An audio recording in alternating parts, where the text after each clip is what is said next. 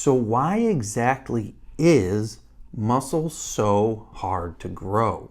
A lot of people are probably wondering this, but there's a really good explanation for this. And once I go over it, it's going to make perfect sense why a lot of people's muscles seem to be relatively stubborn when it comes to making them grow. Before I do that, hit the like, subscribe, and the bell so you can be notified when I drop more science-based exercise tips and information. So before we begin, let's address why people want big muscles to begin with. It comes down to simple supply and demand. It's quite rare for an individual to have big, round, jacked muscles. That's a lot of the reason why people, especially in Western culture, desire them, because of its rarity. Something that is relatively rare has an increase in value. For instance, diamonds are relatively rare. Gold, rare. Some,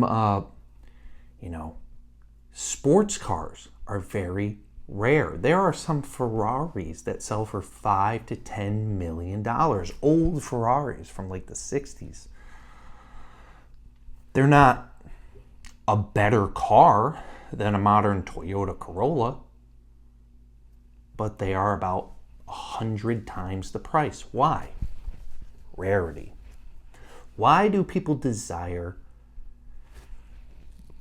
a muscular build? Because we recognize its rarity. You don't see muscularly impressive physiques that frequently. The only place you really see them is in the gym. There's an explanation for this too. People with those rare muscular builds tend to enjoy being in the gym. It's where they feel at home.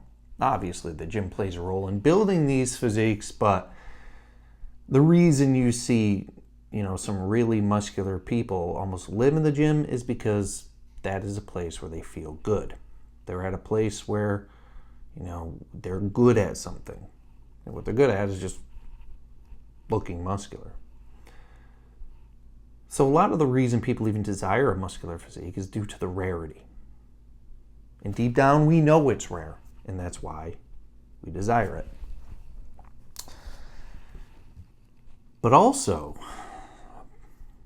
if we look back at our evolution as a species and the adaptations we made that allowed us to survive this long,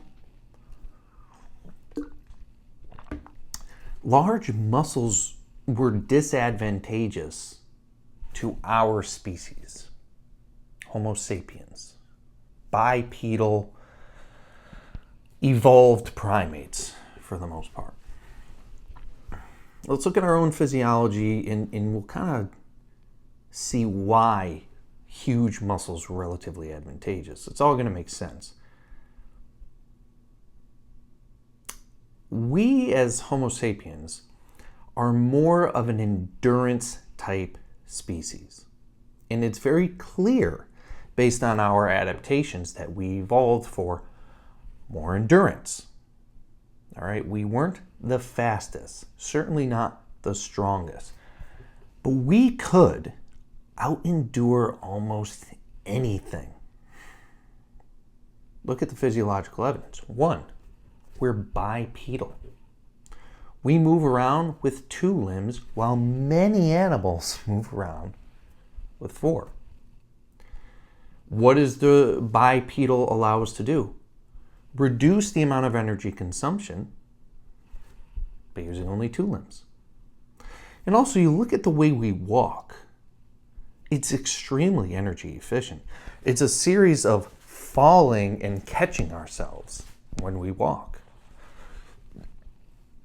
Extremely energy efficient. Number 2, we have no fur. We have no hair. Better for heat dissipation, for endurance type activities. Our bodies generally do carry a very modest level of muscle tissue. This also helps us with energy efficiency because more muscle tissue means worse heat dissipation. Muscle is very bad at dissipating heat. It creates a lot of heat due to intermuscular friction. And excessive weight that has to be carried around for long distances.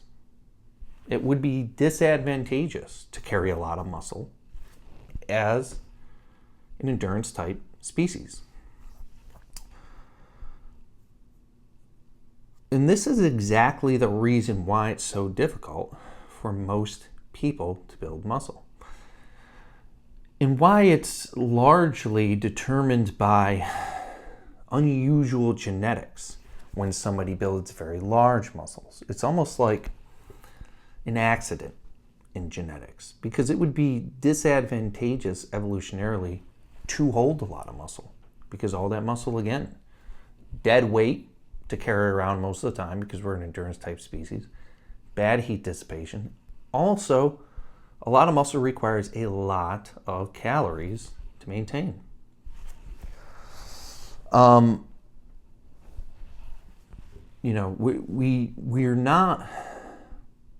We're not a species that relied on muscular strength.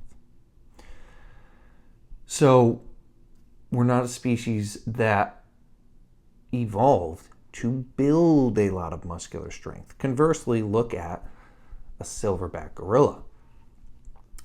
That species is clearly not an endurance type species. If you look at the habits, the daily habits of a silverback gorilla, they weigh about, 800 to 1,000 pounds, maybe more. Tons of muscle. They barely move. I think they sleep something like 19 to 20 hours a day, maybe even more. And they lay around and they eat all day long. And what do they eat? They just whatever they can find. Bamboo, bugs, whatever, all kinds of things. I think silverback gorillas consume up to 9,000 calories a day to maintain that muscle tissue. But if you look at their habits, the way they evolved, the silverback gorilla is so big and strong because it protects, its offspring and its mate, and that's what allowed them to survive. Their big, strong physiques destroying other predators. So that's how that particular species evolved. But you would never see a silverback gorilla, chase down prey or hunt down prey because it's too muscular, it's too big, and it would expend too much energy. So basically, it's left to lay around and just eat all day. Now, Homo sapiens, humans, we're the complete opposite of that. We didn't rely on the same things like a big muscular silverback gorilla would rely on to survive, which is its strength and its, violence and ferocity. Ferocity. So we hunted and gathered. We need a lot of endurance to do this. And too much muscle tissue would make that more difficult. So when you look at kind of like how the human species should look, you really want to look at, whatever few unindustrialized indigenous tribes are still around today. Like the Hadza tribe, for instance, the one that Dr. Erman Ponzer studied. And then look at their physiques, and that's pretty much what the human physique should look like. Relatively slim, slender. Men are, kind of long and lanky, not big and bulky. Women carry more fat tissue in their hips and thighs. That's kind of how humans should look. It's very unusual for a human to be very big and muscular. Probably why it's also depicted in, Greek mythology and stuff. It's very rare, so it's, pleasurable to look at. It's, intriguing. So based on our own biology and our own physiology and our evolutionary biology, human beings were not evolved to grow a lot of muscle. That's what makes it very hard. This doesn't mean you cannot grow any muscle at all, but don't expect to look like a professional NFL athlete or a bodybuilder or your favorite MMA fighter, because these are exceptions. These are rare exceptions to normal human physiology.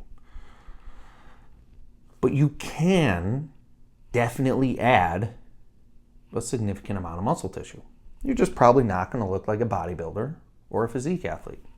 10, 20, maybe even 30 pounds of muscle over a training career is definitely possible in a lot of people. I have people in my coaching program do it all the time. If you want help getting there, click the link in the description, and I will coach you to 10 to 20 pounds of additional muscle tissue.